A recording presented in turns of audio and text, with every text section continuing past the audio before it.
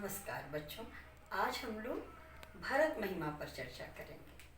भरत महिमा रामचरितमानस से लिया गया है और रामचरितमानस गोस्वामी तुलसीदास जी की अनुपम कृति है।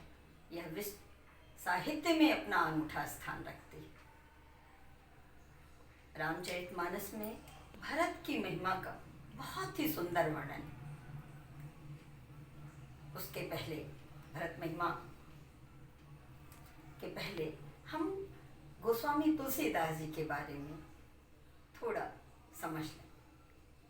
आनंद कानने यस्मि जंगमस तुलसी तरु कविता मंजरी भांति राम भ्रमर विभूषिता। आनंद रूपी वन में तुलसीदास एक चैतन्य चलता फिरता तुलसी का पौधा है। उसकी कविता रूपी मंजरियां बहुत ही सुंदर हैं, सुगंधित हैं, जिस पर राम रूपी भौरा मंडराया करता है। बच्चों, आनंदवन वाराणसी काशी के 4 खंडों को कहते हैं और तुलसी का पौधा तुलसीदास जी है। मेरा ये मानना है कि केवल राम रूपी भौरा ही नहीं मंडरत, बल्कि घट घट व्यापी राम है, हम सबके हृदय में रहते हैं। तो जो रामचरितमानस को पढ़ता है, सुनता है, वह इसकी सरसता पर मुग्ध हो जाता है। आइए भरत महिमा को पढ़ते हैं।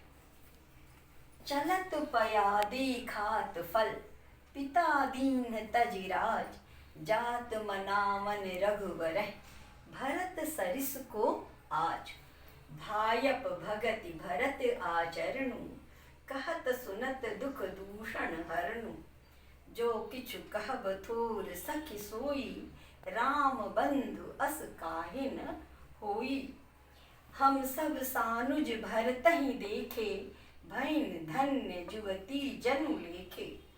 सुनि गुनि देखी दशा पछिताहिं कैकेयी जननी जोग सुत नाहिं। को कह दूषण रानी ही नाहिं विधि सब कीन हमहि जो दाहिं। कहाँ हम लोक वेद विधिहीनी लघु तिय कुल करतूति मलिनी। बसहि कुदेश कुगांव कुबामा कहाँ यह दरस पुण्य परिणामा।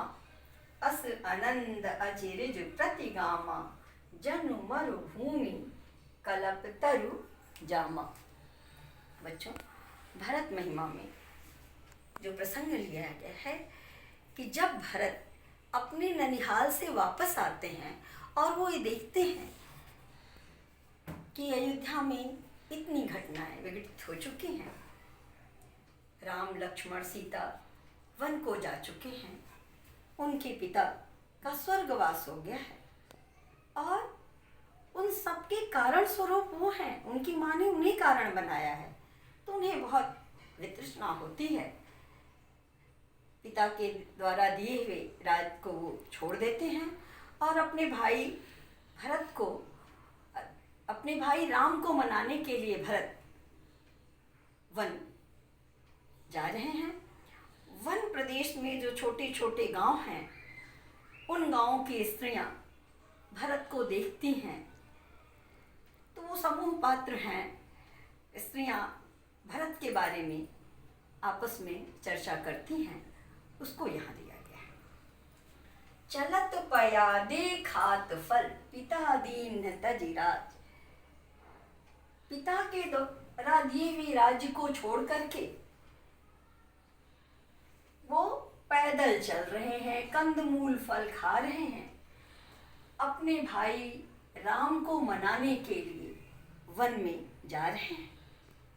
तो भरत सरिस को आज, भरत के समान महान कौन होगा जो अयोध्या जैसे राज्य को त्याग करके भाई को मनाने के लिए वन के कंकड़ीले मार्ग पर पैदल जा रहे हैं। कंदमूल फल खा रहे हैं, क्योंकि उनके भाई मुनिवेश में पैदल गए थे।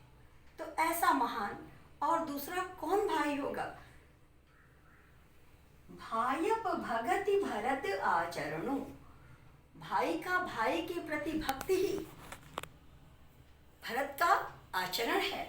कहत सुनत दुख दूषण हरनु, उसको कहने से और सुनने से सारे दुख, सारे दूषण माने पाप दुख सब नष्ट हो जाते हैं। जो किचु कहब तोर सखी सोई, ग्रामीण स्त्रियां आपस में बात करके कहती हैं कि ऐ सखी, भरत के बारे में हम लोग जो कुछ भी कहें उनकी महानता में, वो थोड़ा ही होगा, क्योंकि राम बंधु अस काहि न होई, कि राम जैसे महान भाई के वो छोटे भाई हैं, तो वो इतने महान क्यों नहीं होंगे? जब राम ने पिता के कहने पे राज्य छोड़ दिया, तो ये उन्हीं के भाई हैं, तो ये महान क्यों नहीं होंगे? सुनी हम सब सानुज भरत ही देखे, भैन धन्य जुवती जनु लेखे। ऐ सखी, हम लोगों ने छोटे भाई शत्रुघ्न के साथ भरत को देख लिया, भैन धन्य, हम धन्य हो गए। जुवती जनु लेखे, स्त्री रूप में जन्म पाना मानो हमारा सार्थक हो गया है। सुनी गुनी देखी दशा पछताही, वो स्त्रियां आपस में सुनती हैं, गुनती हैं, विचार करती हैं और भरत की दशा देखती हैं, तो पछताही, पश्चाताप कर रही हैं कि कैकेयी जननी जोग सुत नाही। ऐ सखी, कैकेयी जैसी माँ के योग्य यह पुत्र नहीं है। कहाँ तो माँ ने इतना अनर्थ किया और उनका ये पुत्र उनके योग्य नहीं। कोका दूषण रानी नाही, उसी में कोई सखी कहती है, कोई स्त्री कहती है कि ऐ सखी, रानी को दोष मत दो, क्योंकि रानी का तो कोई दोष ही नहीं है। विधि सब कीन हमहि जो दाहिन, विधाता हमारे दाहिने हैं, हमारे अनुकूल है। विधाता को हमें राम लक्ष्मण भरत शत्रुघ्न का दर्शन देना था, इसलिए रानी ने इनको वनवास दिया और वो वन में आए, हमें इनका दर्शन मिला।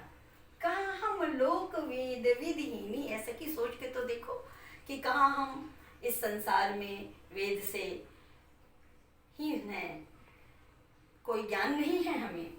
लघु तीर स्त्री जाति की हैं।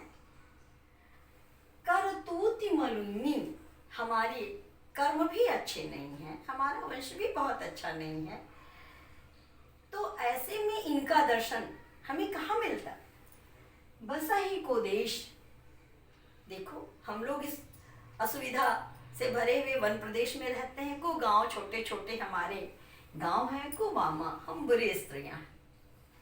कहाँ यह दर्श पुण्य परिणामा, और कहाँ तो इनका दर्शन ऐसा लगता है कि हमने कोई पुण्य किया है, जिसके परिणाम स्वरूप हमें इनका दर्शन मिल रहा है।